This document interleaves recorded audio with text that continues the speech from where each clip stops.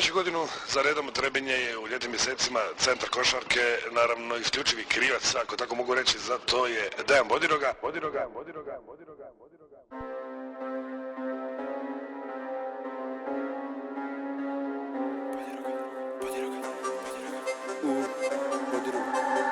Okay, this is weird. Mladi Mare.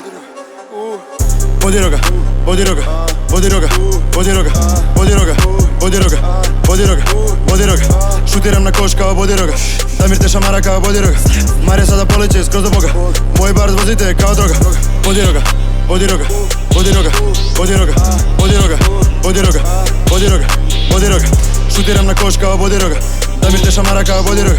Mare sada poleće skroz do Boga, moj bar vozite kao droga. No sleep, no sleep, ulećem na žurku kao hoodies. Beba je sa mnom, bit će no sleep. Misliš da si cool, baš si loš tip. Deni se drži me, paš ću ti. Savo drži me, paš ću ti. Kada vičem popucaju prozori, Trap house, ruši se zidovi. Zakucam u glavu kao XR, kad vas nema pitam pičke gdje ste. Duhovi ste kao da ste ghost man, beli ste kao cocaine.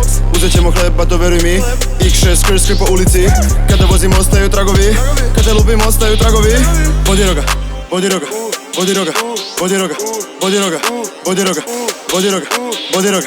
Šutiram na koš kao Bodiroga, Damir te šamara kao Bodiroga. Mare sada poleće skroz do Boga, moj bar vozite kao droga. Bodiroga, Bodiroga, Bodiroga, Bodiroga, Bodiroga, Bodiroga, Bodiroga, Bodiroga. Šutiram na koš kao Bodiroga, Damir te šamara kao Bodiroga. Mare sada poleće skroz do Boga, moj bar vozite kao droga.